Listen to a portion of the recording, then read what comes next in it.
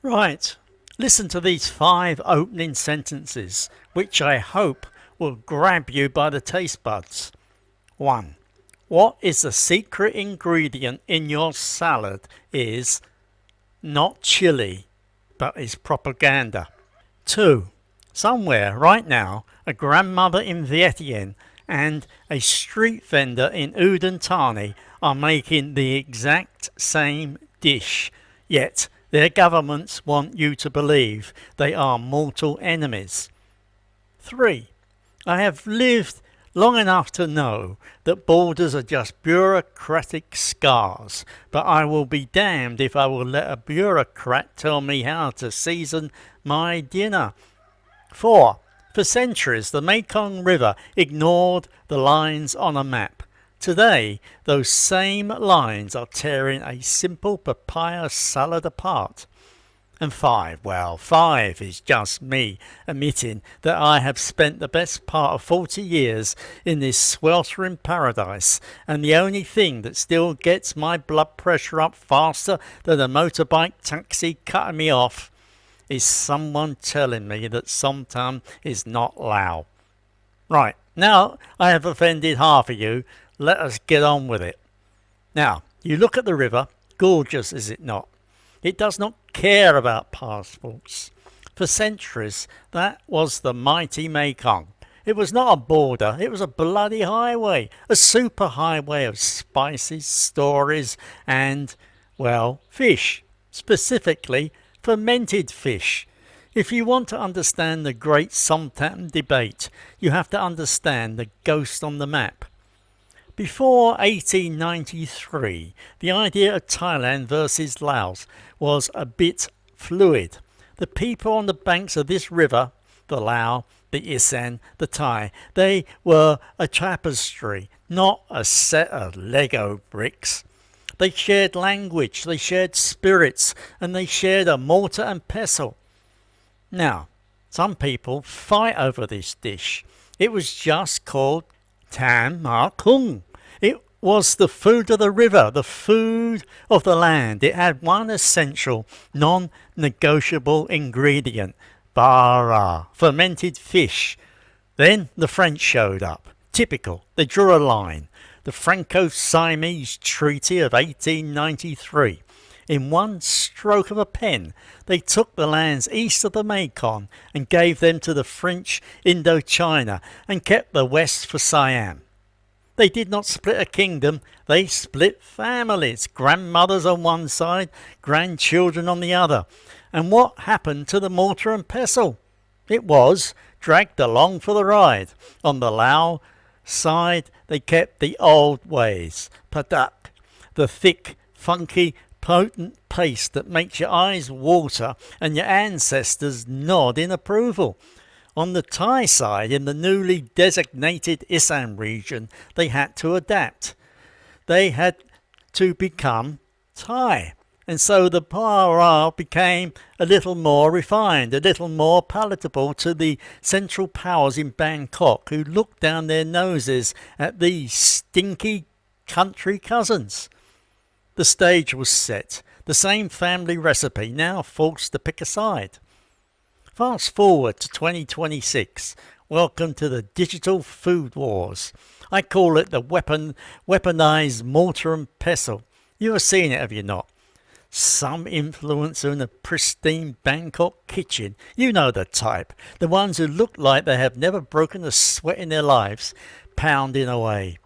They would tell you with absolute certainty that Som Tum Thai is the original. That it is sweet, sour, salty, and only uses fish sauce. They would call Barung too strong. They would call Laos style an acquired taste. They might as well just say we have branded this and we own it. Then you get the Lao influencers firing back. They hold up their own Tam Mak Hung like a flag of resistance. This is the real one, they will say. No sugar, no nonsense, just chili, garlic, fish paste, and the soul of our nation. Besides, I'm sitting here on my plastic stool watching this digital slap fight thinking, You are both wrong, and you are both right. The Thai government is brilliant at this, mind you. They will hold a state-sponsored food festival in Udon Thani, big banners, smiling ministers, and a unity theme. However, walk into that festival and they have strict definitions. Original Thai recipe zones. They are using the papaya salad as a tool of soft power. They are trying to claim regional dominance through fermented fruit. It is genius, really, in a deeply depressing kind of way. However, you cannot erase history with a food festival, can you? You cannot standardize a soul. Besides, this is where we get to the stinky heart of the matter. Fermented fish and forced citizenship. See, in the 20th century, the Thai government had a bit of a problem. They had all these Isaan people, those loud-speaking, bar eating folks, who they had drawn into their borders. For decades, Bangkok mocked them. Sticky rice lakes, they would call them. Laos, an insult. Besides, their food, the pungent fermented heart of their cuisine, it was banned from school canteens. I'm not joking. They tried to ban bar because they thought it was uncivilized. You cannot make this up. Therefore, the Isaan people did what people do. They migrated. They went to Bangkok to build the skyscrapers, to work the factories, to serve the tables. What's more, they took their little clay pots with them. They set up street stalls. Not only that, but slowly, painfully, the people of Bangkok began to realize that this stinky peasant food was actually delicious. It was addictive. Now, that is when the assimilation happened. The Som Tum was rebranded, stripped of its loudest, proudest, most fermented notes, polished up, made safe. It went from a Lao village staple to a Thai national dish. It became a symbol of Thai culinary excellence, served in 5-star hotels, while the very people who invented it were still being told to tone it down. Nevertheless, here is the thing I love. The people actually make the food, the grandmothers, the aunties, the street vendors on the border. They could not give a toss about our arguments. They are living in what I call the Isaan identity crisis, but they are navigating it with more grace than any politician can. I have a friend, Lek, who runs a stall in the market about 10 clicks from the Friendship Bridge. You go to her and you do not order Som Tum Thai or Tam Mak Hung. You just say, make it spicy. She will look at you. She will see if you are sweating. She will ask if you want it Laos style or Bangkok style. Nevertheless, the real secret, she has 3 jars under her cart. One is fish sauce, one is bara, the standard stuff for the Thais. The last one is a jar of Padaek her cousin brings over from the Lao side, thick as mud, that she keeps for the old-timers. For her, the debate is not a cultural war. It is a menu. She understands that the pungency and the spice level are a secret language. It is a way of saying, I see you, I know who you are.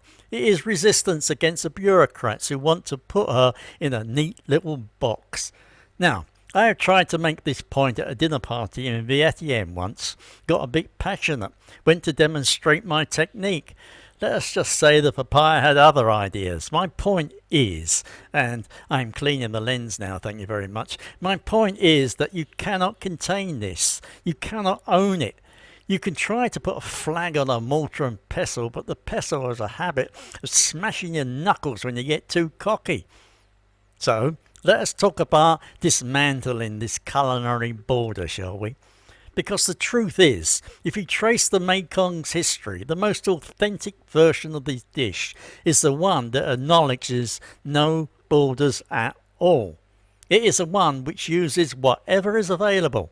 Crab from the paddy fields, eggplant from the garden, snakehead fish from the river. It is a nomadic recipe. It is a dish of movement, of survival, of shared heritage. The idea that you can draw a line on a map and say, on this side the papaya is shredded this way, on that side it is a crime to use peanuts, is absurd. It is a modern invention, a propaganda tool. It is the ghost of colonialism still haunting us, making us fight over who gets to claim the biggest piece of the cultural pie. What we need to do is simple.